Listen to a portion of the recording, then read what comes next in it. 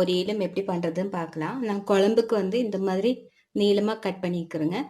இது பண்ணும்போது என்னென்ன இன்க்ரீடியன்ட்ஸ் ஆட் பண்ணுறோன்னு சொல்கிறேங்க. இது பொரியலுக்காக கொஞ்சம் ஸ்கொயராக கட் பண்ணி வச்சுருக்குறேங்க. இப்போ வந்து பொரியல் ஃபஸ்ட்டு வேக வச்சிடலாம். கொஞ்சம் மஞ்சத்தூள், ஒரு அரை டீஸ்பூன் மஞ்சத்தூளுங்க, உப்பும் ஆட் பண்ணி இது லைட்டாக வேகட்டும். மூடி போட்டு வேக வச்சுக்கலாம்.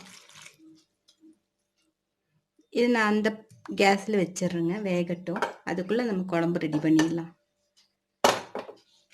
குழம்புக்கு ஆட் பண்ணுறேங்க. இப்போ இதில் வந்து 1/2 டீஸ்பூன் மஞ்சத்தூள் ஆட் பண்ணிக்கலாம். நல்லா மிக்ஸ் பண்ணிடலாம்.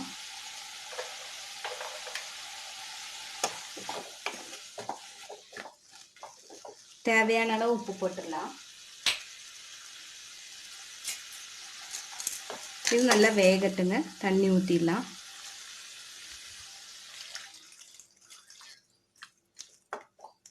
இதில் நம்ம வந்து வறுத்தரைக்க போகிறோம், புளி ஆட் பண்ண போகிறோம், கொஞ்சம் வெல்லம் ஆட் பண்ணுறோம். இது நல்லா வேகட்டும். இது வெந்ததை மாற்றி வச்சு நம்ம வறுக்க ஆரம்பிச்சிடலாம். ஃப்ரெண்ட்ஸ், இப்போ பொரியலுக்கு வந்து அரைக்கிறதுக்கு எடுத்துருக்கேங்க. ஒரு பிடி தேங்காய் எடுத்துருக்கேன், 3 பச்சை மிளகாய் எடுத்துருக்கேன். இதில் 1 டீஸ்பூன் ஜீரகம் ஆட் பண்ணிக்கலாம். ஆட் பண்ணி க்ரஷ் பண்ணி வச்சிடலாம் இதையே. ஃப்ரெண்ட்ஸ், இப்போ பூசணிக்காய் நல்லா வெந்துருச்சு. மஞ்சத்தூள் உப்பும் போட்டிருந்தேன். இப்போ வந்து இதில் புளிக்கரைசல் ஊற்றிடலாம். இது நெல்லிக்காய் அளவு எடுத்துருக்குங்க புளி. இது நல்லா கொதிக்கட்டும். அதுக்குள்ளே நம்ம வறுத்துடலாம். ஃப்ரெண்ட்ஸ், இங்கே ஒரு கடாய் வச்சுருக்கேங்க. இதில் எண்ணெய் ஊற்றிடலாம் வறுக்கிறதுக்காக. ஒரு கரண்டி ஊற்றிருக்குறேங்க. இதில் வந்து நான் கொஞ்சம் 1 டேபிள் ஸ்பூன் அளவுக்கு மல்லி, கொஞ்சோண்டு மிளகு, ஜீரகம் எடுத்துருக்கேங்க. ஒரு 4 வரமிளகாய் எடுத்துருக்கிறேன். கொஞ்சோண்டு தேங்காய், 1/2 கப்பு தேங்காய் எடுத்துருக்கேன். இதை வறுத்துடலாம்.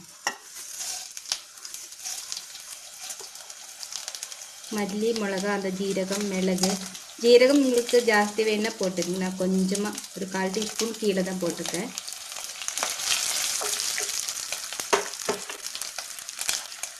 இதில் வந்து 1/2 டீஸ்பூன் வெள்ளை எள்ளு போட்டுடலாம்.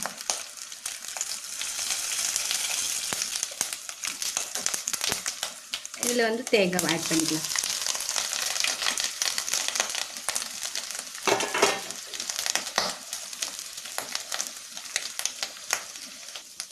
நல்லா ஃப்ரை பண்ணிக்கலாம். இதுலேருந்து அந்த ஆயில் எல்லாம் வெளியே வர வரைக்கும் ஃப்ரை பண்ணிக்கலாம். பூசணிக்காய் வந்து இந்த பக்கம் வெந்துட்டுருக்கு. புளி ஊற்றிட்டு அது வேகிறதுக்குள்ளே இதை அரைச்சிடலாம். நம்ம இது கொஞ்சம் ஆறட்டும். அதுக்குள்ளே பொரியல் தாளிச்சிடலாம்.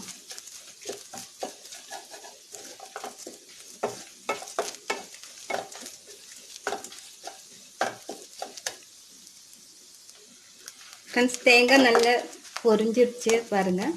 நல்லா வறுபட்டுச்சு. இப்போ நல்லா அரோமா வருது. இதை மாற்றி வச்சுக்கலாம், ஏன்னா தீஞ்சிடக்கூடாது. இந்த கடாயிலே வந்து நான் பொரியல் தாளிக்க போகிறேங்க. இது நல்லா ஆறட்டுங்க. ட்ரான்ஸ்ஃபர் பண்ணியாச்சு. இப்போ இதில் நம்ம வந்து தாளிச்சிடலாம், பொரியல் தாளிச்சிடலாம். எண்ணெய் ஊற்றிடலாங்க. 2 டீஸ்பூன் எண்ணெய் ஊற்றிருக்குறேங்க. ஒரு 1/2 டீஸ்பூன் கடுகு. கடுகு நல்லா வெடிக்கட்டும்.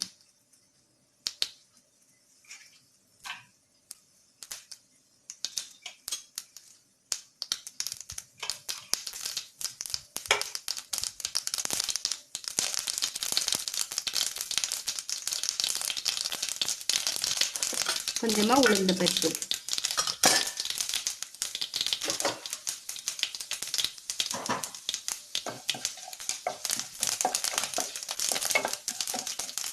இப்போ உளுந்த பருப்பு ரெட்டிஷ் ஆகிடுச்சு. இப்போ வெங்காயத்தை ஆட் பண்ணிக்கலாம். கருவேப்பிலை, வெங்காயம் ஆட் பண்ணிக்கலாம்.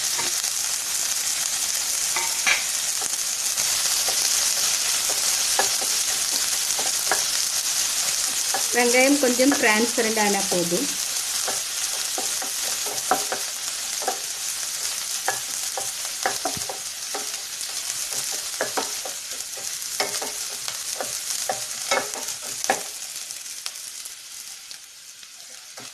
டிரான்ஸ்பரண்ட் ஆயிடுச்சு வெங்காயம். இதில் வந்து வேக வச்சு பூசணிக்காய் ஆட் பண்ணிக்கலாம். உப்பெல்லாம் போட்டு வேக வச்சுருக்குறோம்.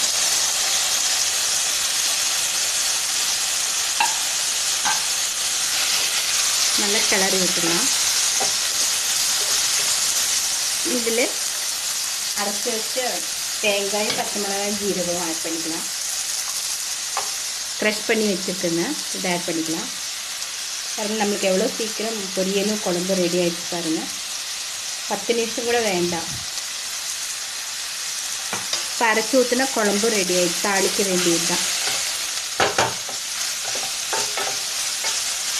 இதோட காரம் இதில் இறங்கட்டும். அதுக்குள்ளே நம்ம வந்து அரைச்சிட்டு வந்துடலாம்.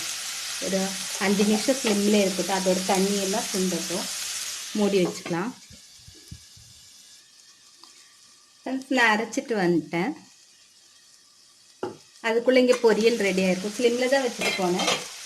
பாருங்கள் ஆயிடுச்சு. தண்ணியெல்லாம் சுண்டி சூப்பராக நல்ல மணம் வருது. ஜீரகம் தேங்காவோட ஸ்மெல்லு சூப்பராக இருக்குது. பூசணிக்காய் பொரியல் ரெடி ஆகிடுச்சு. இதை நான் எடுத்து வச்சு குழம்பு கொதிக்க வச்சிடலாம். ஃப்ரெண்ட்ஸ், நல்ல குழம்பு கொதிச்சிட்டு இருக்கு பாருங்கள். இதில் இப்போ நல்லா வெந்திருக்கு. சாரி, இந்த சின்ன துண்டு வெல்லத்தை ஆட் பண்ணுறேன். இது வந்து மேங்களூரியன் ஸ்டைல் குழம்பு தான் இது. அதனால் அவங்க ஒரு வெல்லம் ஆட் பண்ணுவாங்க. இப்போ அரைச்சது ஊற்றிடலாம்.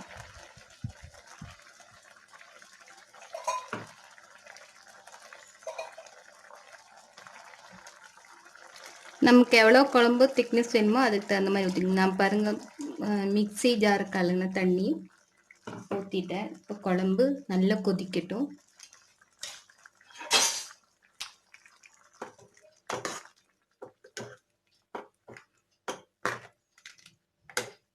உப்பு காரம் எல்லாம் செக் பண்ணிக்கோங்க. இப்போ இது ஒரு 5 நிமிஷம் நல்லா கொதிக்கட்டும். அப்புறம் நம்ம தாளித்து போட்டுக்கலாம். வெயிட் பண்ணலாம் 5 நிமிஷம். ஃப்ரெண்ட்ஸ், இப்போ 5 நிமிஷம் நல்லா கொதிச்சிருச்சு பாருங்கள். சூப்பராக வந்துருக்கு. அடுப்பு ஆஃப் பண்ணிவிட்டு தாளித்து போட்டுக்கலாம். சும்மா கடுகு, வரமிளகாய், கருவேப்பிலை மட்டும்தான் தாளிச்சுங்க. நம்மளுக்கு குழம்பு ஈஸியாக சூப்பராக ரெடி ஆயிடுச்சு. 10 நிமிஷத்துலேயே பொரியலும் குழம்பும் ரெடி ஆயிடுச்சு. இது நான் சர்வ் பண்ணிவிட்டு உங்களுக்கு காமிக்கிறேன். ஃப்ரெண்ட்ஸ், இப்போ வந்து உடுப்பி ஸ்டைலு பூசணிக்காய் குழம்பும் பூசணிக்காய் பொரியலும் ரெடி ஆகிடுச்சு. 10 நிமிஷத்தில் செய்யக்கூடிய ஈஸியான ஒரு ரெசிபி. எல்லோரும் செஞ்சு பார்த்துட்டு உங்கள் கமெண்ட்ஸ் எனக்கு மறக்காமல் சொல்லுங்கள்.